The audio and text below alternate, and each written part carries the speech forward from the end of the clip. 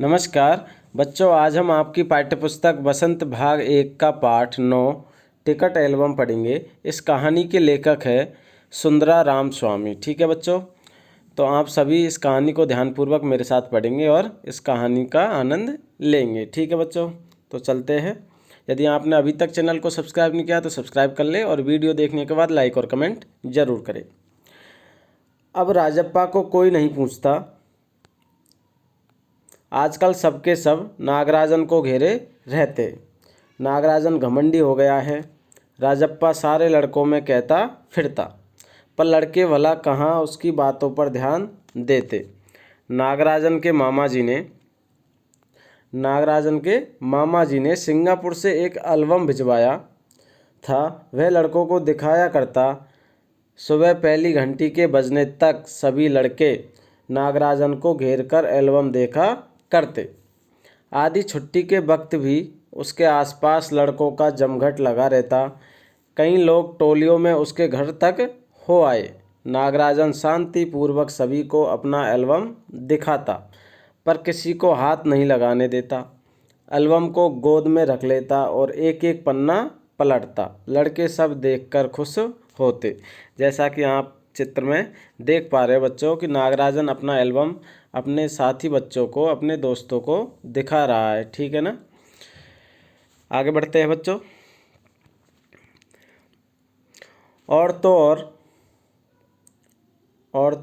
और कक्षा की लड़कियां भी उस एल्बम को देखने के लिए उत्सुक थी। पार्वती लड़कियों की अगुआ बनी और एल्बम मांगने आई। किसके पास? नागराजन के पास। लड़कियों में भई तेज तर्रार मानी जाती थी। नागराजन ने कवर चढ़ाकर एल्बम उसे दिया। शाम तक लड़कियां एल्बम देखती रही, फिर उसे वापस कर दिया। अब राजप्पा के एल्बम को कोई पूछने वाला नहीं था। राजप्पा का जो एल्बम है वो अब कोई नहीं पूछता, क्योंकि जो नागराजन का एल्बम है वो उसके मामा जी ने कहाँ से भिजवाया था? सिंगापुर से भिजवाया था। इसलिए वह सभी को पसंद आया। वाकई उसकी शान अब घट गई थी राजप्पा के एल्बम की। लड़कों में काफ़ी तारीफ रही थी। मधुमक्खी की तरह उसने एक एक करके टिकट जमा किए थे। राजप्पा ने जिस प्रकार मधुमक्खी शहद इकट्ठा करती है, उसी प्रकार नागराजन ने भी एक एक टिकट इकट्ठा किए थे, जमा किए थे। उसे तो बस एक यही धुन सवार थी कि सुबह 8 बजे वह घर से निकल पड़ता, टिकट जमा करने वाले सारे लड़कों के चक्कर लगाता। 2 ऑस्ट्रेलिया के टिकटों के बदले 1 फिनलैंड का टिकट लेता, 2 पाकिस्तान के बदले 1 रूस का टिकट लेता। बस शाम जैसे ही घर लौटता, वस्ता कोने में पटक कर अम्मा से चवेना लेकर निकर की जेब में भर लेता और खड़े खड़े कॉफ़ी पीकर निकल जाता। 4 मील दूर अपने दोस्तों के घर से कनाडा का टिकट लेने पगडंडियों में होकर भागता।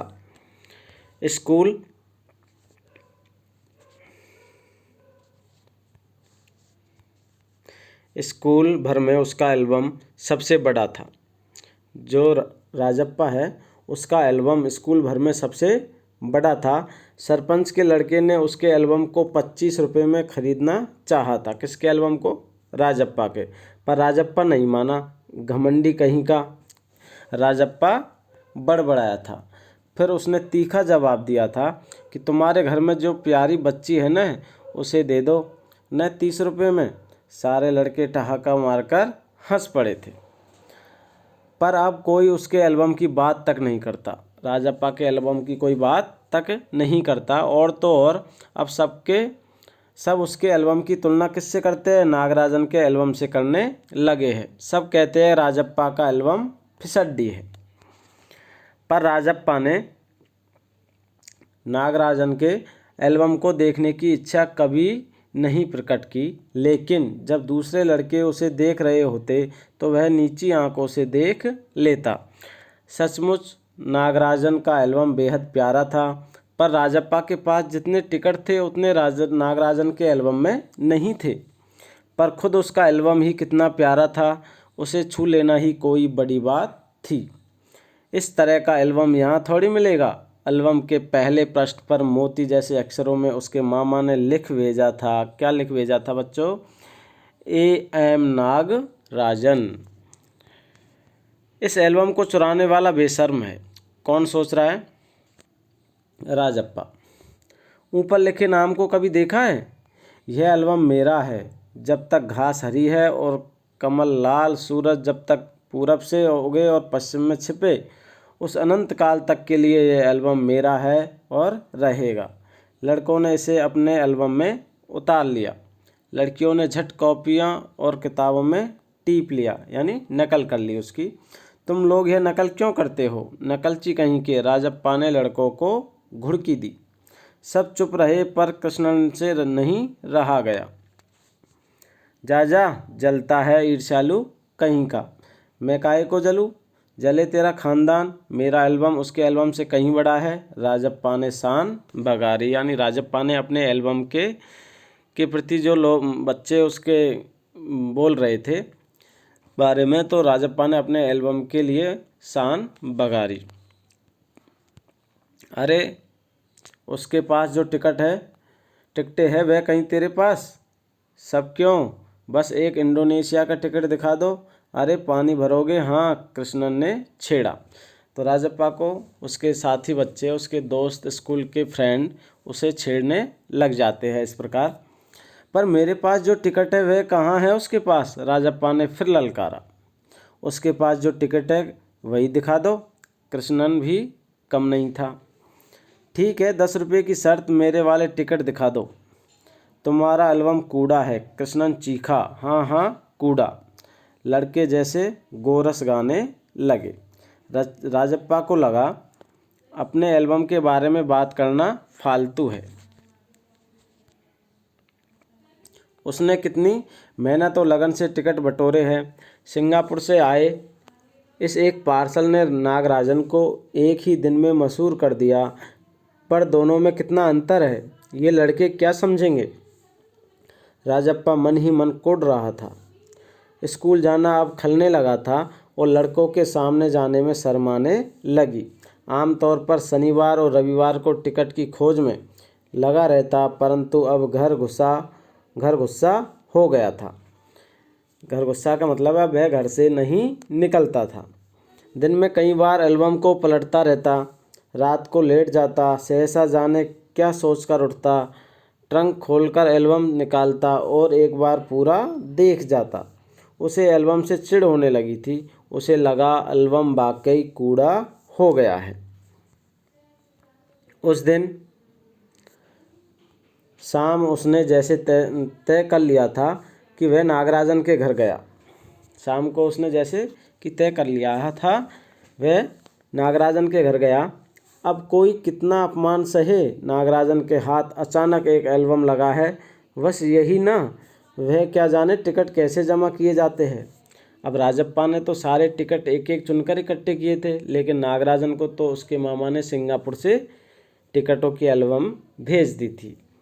इसी के बारे में राजप्पा यहाँ पर कहता है कि वह क्या जाने टिकट कैसे जमा किए जाते हैं, एक एक टिकट की क्या कीमत होती है, वह भला क्या समझे। सोचता होगा टिकट जितना बड़ा होगा वह उतना ही कीमती होगा, या फिर सोचता होगा बड़े देश का टिकट कीमती होगा, वह भला क्या समझे।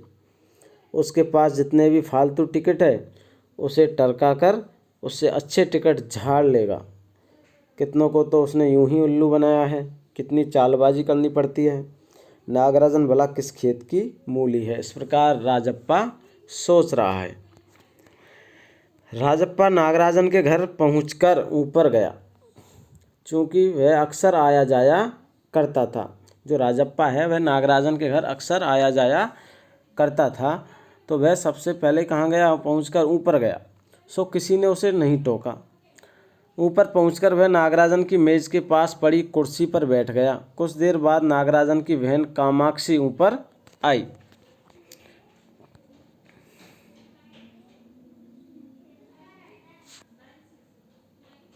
भैया शहर गया है?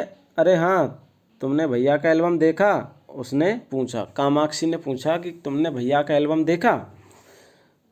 राजप्पा को हाँ करने में हैकड़ी हो रही थी। बहुत सुंदर एल्बम है ना, सुना है स्कूल भर में किसी के भी पास इतना बड़ा एल्बम नहीं है। किसने कहा ऐसे? कामाक्षी ने।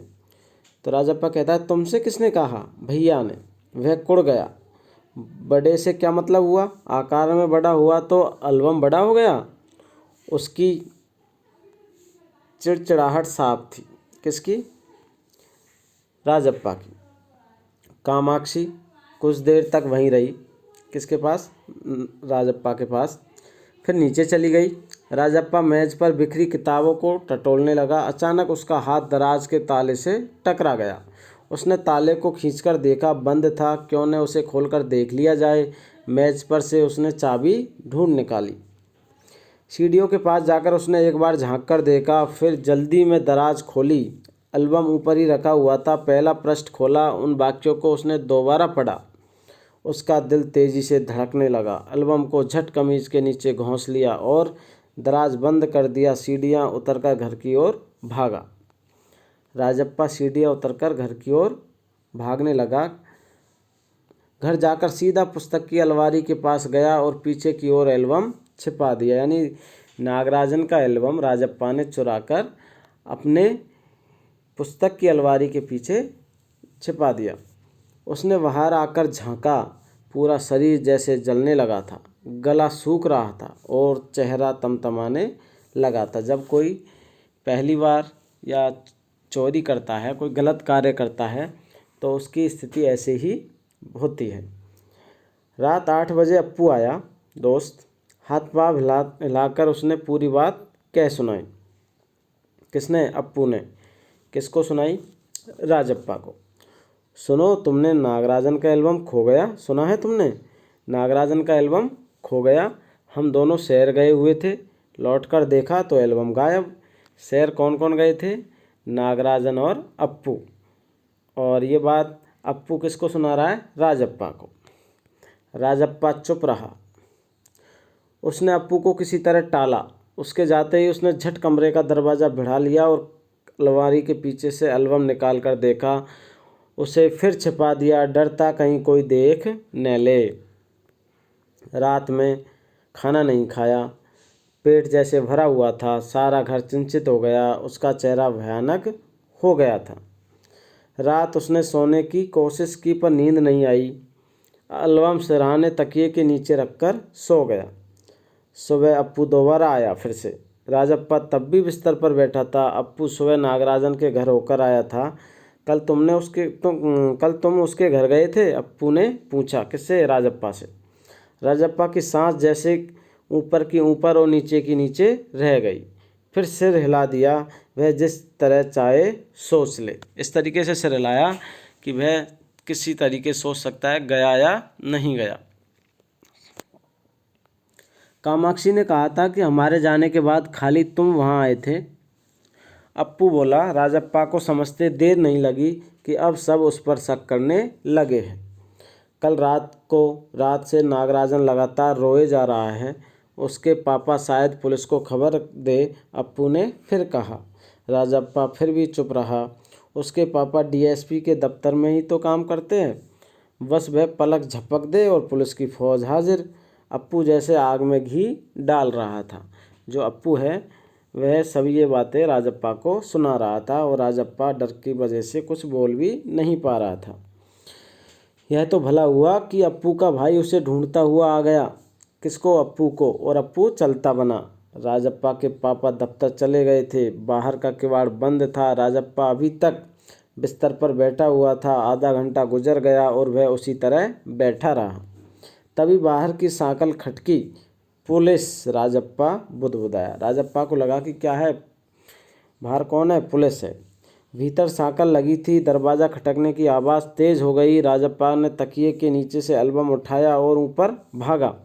अलमारी के पीछे छिपा दे। नहीं, पुलिस ने अगर तलाशी ली तो पकड़ा जाएगा। एल्बम को कमीज के नीचे छिपाकर वह नीचे आ गया।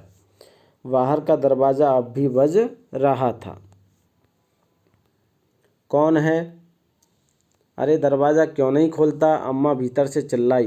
थोड़ी देर और हुई तो अम्मा खुद ही उठकर चली आएगी। इस प्रकार राजप्पा सोचने लगा।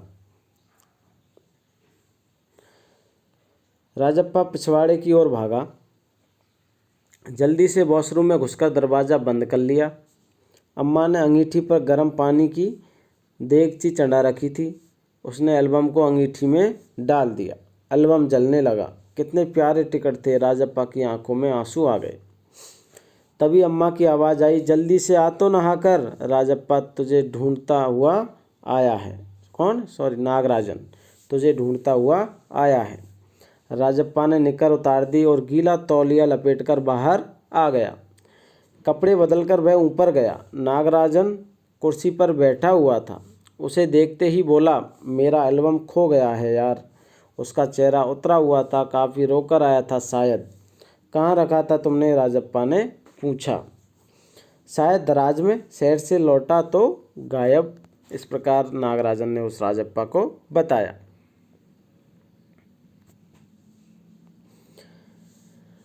नागराजन की आंखों में आंसू आ गए। राजप्पा से चेहरा बचाकर उसने आंखें पोंछ ली। रो मत यार, राजप्पा ने उसे पुचकारा। वह फपक फपक कर रो दिया। राजप्पा झट नीचे उतर गया। 1 मिनट में वह ऊपर नागराजन के सामने था। उसके हाथ में उसका अपना एल्बम था। लो, यह मेरा एल्बम। नागराजन को कौन है अपना एल्बम दे रहा है? राजप्पा अपना एल्बम दे रहा है कि लो, यह मेरा एल्बम, अब इसे तुम रख लो। अब इसे तुम रख लो। ऐसे क्यों देख रहे हो? मजाक नहीं कर रहा, सच कहता हूँ। इसे अब तुम रख लो। इस प्रकार राजप्पा नागराजन से कहता है। वहला रहे हो यार? नागराजन को जैसे यकीन नहीं आया। नहीं यार, सचमुच तुझको दे रहा हूँ, रख लो। राजप्पा भला अपना एल्बम उसे दे दे। कैसा चमत्कार है! दे ही नहीं सकता, लेकिन ये कैसा चमत्कार है कि राजप्पा अपना एल्बम किसको दे रहा है? नागराजन को दे रहा है। और क्यों दे रहा है ये सब आप ही जान ही चुके हो। राजप्पा नागराजन को अब भी यकीन नहीं आ रहा था, पर राजप्पा अपनी बात बार बार दोहरा रहा था। उसका गला भर आया था। ठीक है, मैं इसे रख लेता हूँ। किसने कहा? नागराजन ने। ठीक है, मैं इसे रख लेता हूँ, पर तुम क्या करोगे? मुझे नहीं चाहिए। क्यों, तुम्हें एक भी टिकट नहीं चाहिए? नहीं, पर तुम कैसे रहोगे बगैर किसी टिकट के? रोता क्यों है यार? ले, इस एल्बम को तू ही रख ले, इतनी मेहनत की है तूने। नागराजन बोला।